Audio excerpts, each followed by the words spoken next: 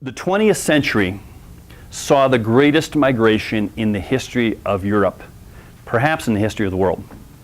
The migrations of peoples during the Second World War and in the 50 years after the Second World War was greater than the migrations that took place when the barbarians invaded the Western Roman Empire, and that took place over a period of hundreds and hundreds of years.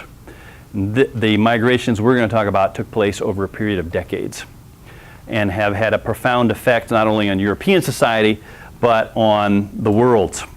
During the period from 1938 to 1948, 46 million people were forcefully moved, either by the Nazis or by the Russians. And so 46 million people were involuntary migrants during that period. And for those who weren't here when I introduced the terms the first time, an immigrant is a person who leaves a place. An immigrant is a person who comes to a place. And migration is simply the process of moving from one country to another country. And so in this time period, from 1938 to 1948, 46 million people were forcefully moved all over Europe. And they were moved as a result of the war and the geopolitics of the Second World War. This is Europe in 1936. You'll notice that Czechoslovakia still exists. Austria is still separate from Germany. Poland is a country in 1936. By the time we get to a 1939 map, Poland will no longer exist. And when we get to the post-war map, we'll see that a huge strip of Western Germany Eastern Germany and East Prussia will no longer be part of Germany. And all those Germans who lived in East Prussia, Eastern Germany, and the Czech Republic were forcefully removed by the Russians. And so after the war, 12 million Germans who used to live in Germany found themselves no longer in Germany and had to move into what was left of Germany at the time. But this is Europe in 1936. This is the Europe that was drawn up by the Versailles Treaty. The Europe that turned out to be inherently unstable as a result of the Versailles Treaty. And along the way, during the course of the Second World War, as we studied, 6 million Jews will be killed, and most of the Jewish centers of culture in Eastern Europe will disappear forever. But that will also be true of many other people of other nationalities. Their cultural centers will be destroyed by the Second World War. For example, all those German-speaking parts of what is no longer Germany are no longer German, and so that German culture is lost from those areas.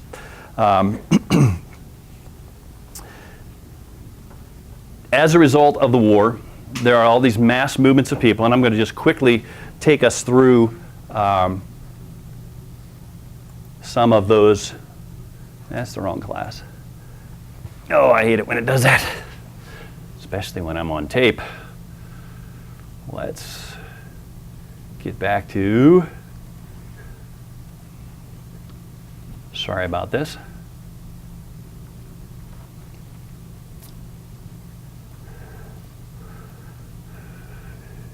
This is the wrong class. And none of you even said anything. Mr. Staker, this isn't 20th century world history. Here we go. Let me try and get a map on a separate browser this time.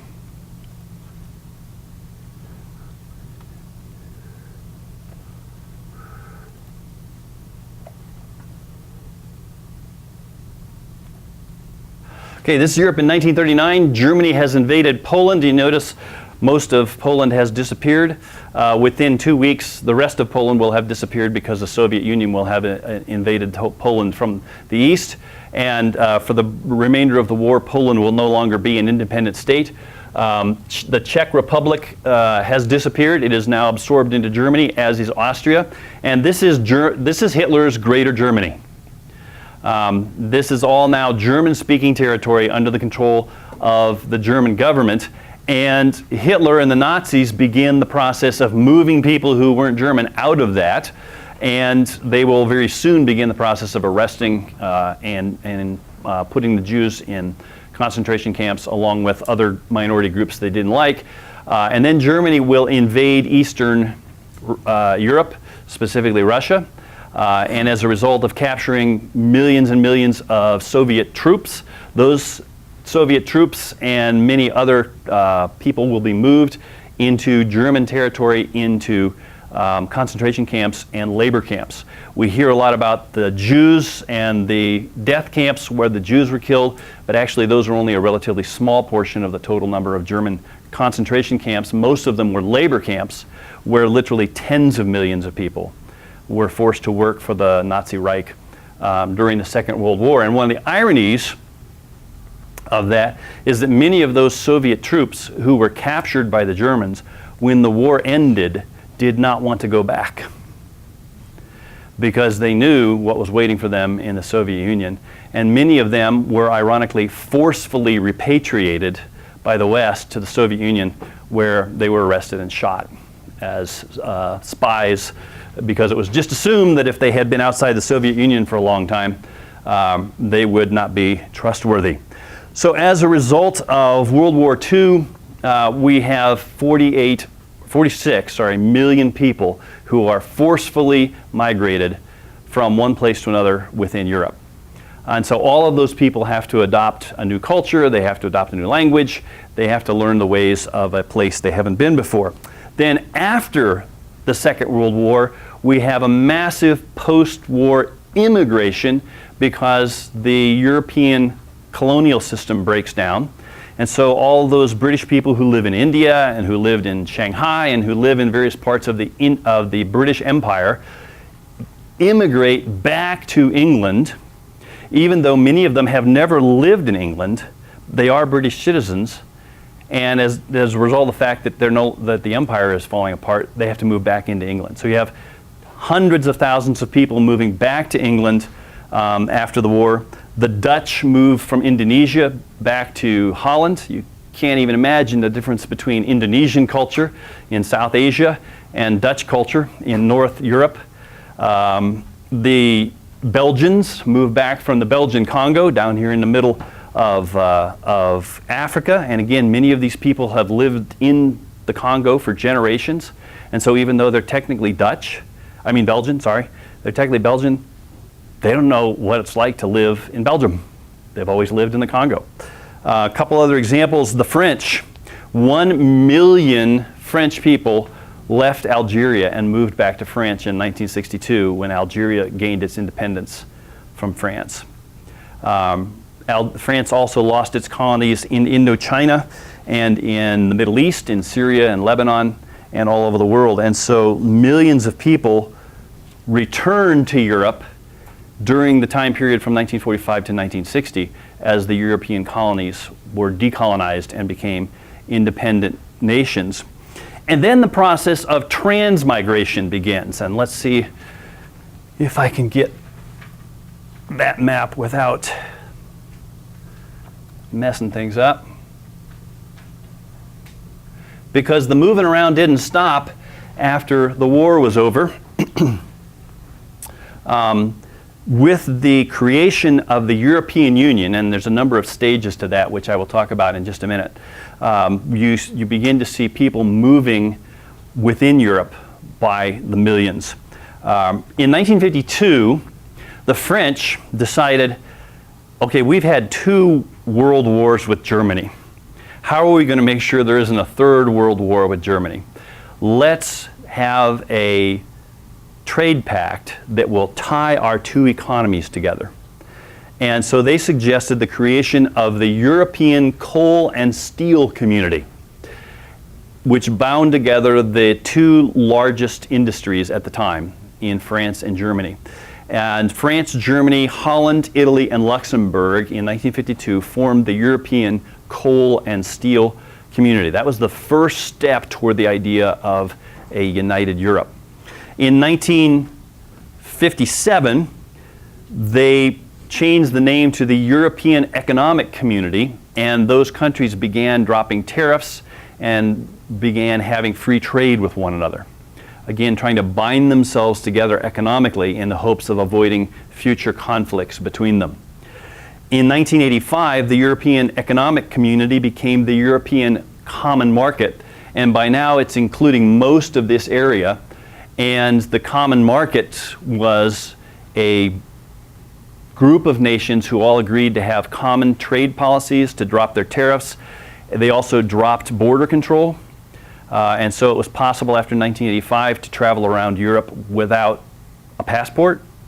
As long as you were within the common market, nobody would check your passport at the border.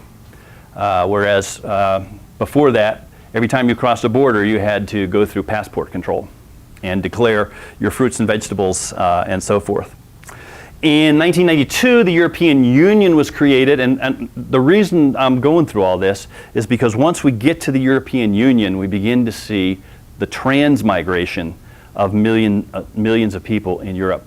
Because the European Union included 15 member states, and they kept adding states, so that eventually there would be 27 states within the European Union. And I have one more map that shows the European Union in its entirety.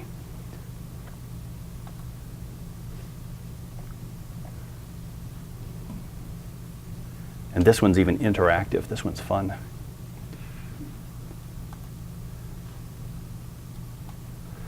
So this is the European Union. And you can see when each set of states joined the European Union. The bottom ones are EFTA members. That's European Free Trade Association members. And basically, if you live within the European Union or the European Free Trade Association, you can move freely from any country within that union to any other country within that union if you want a job. And so that has resulted in the transmigration of 33.3 million Europeans in the last 20 or 30 years. So in addition to those 46 million Europeans who were forcefully migrated as a result of the Second World War, since the Second World War, there have been another 33 million Europeans who have transmigrated within Europe. And just a couple of examples, 75% of those migrants are concentrated in just 5 countries: Germany, Spain, Italy, the United Kingdom, and France. Germany, Spain, Italy, the UK, and France. Anybody know anything about the economies of those countries? Yes. Italy and Spain did, yes. Yeah. Like some other countries were like trying to hold them up, like Britain. Germany and France and the United Kingdom are the 3 powerhouse economies in Europe today. And so it's no accident that the vast majority of migrants are moving to those countries, because that's where the jobs are. And that's where the money is. In terms of those people who are leaving, Turkey and Romania account for the 2 largest groups. 2.3 million people left Romania, and 2.3 million people left Turkey in the time period leading up to 2011. Of those 2.3 million, the Romanians, 42% went to Italy, and 36% went to Spain, probably because those 2 countries were more open to the kinds of low-skilled work that the Romanians were offering. By contrast, 75% of all Turkish immigrants immigrated to Germany. And so Germany has the largest Turkish population outside of Turkey in the entire world. One other brief word about population trends in Europe. The birth rate in Europe since the year 2000 has declined to 1.5 children per woman. The replacement rate is 2.1. And so all of these European countries, and by the way, several countries like Germany and Austria and Hungary have an even lower rate than that. They're down around 1.2 or 1.3. So Germans aren't creating more Germans, and Hungarians aren't creating more Hungarians. The French are creating almost enough French people for France's population to remain stable. But a lot of these countries are losing their ethnic population because the German people aren't having German babies. So who is having babies in Germany? Turks. The Turks and the other immigrant populations. So how can you imagine this? And I've just run through this huge picture of migration in Europe and fairly dramatic change. How can you imagine that this would affect European culture?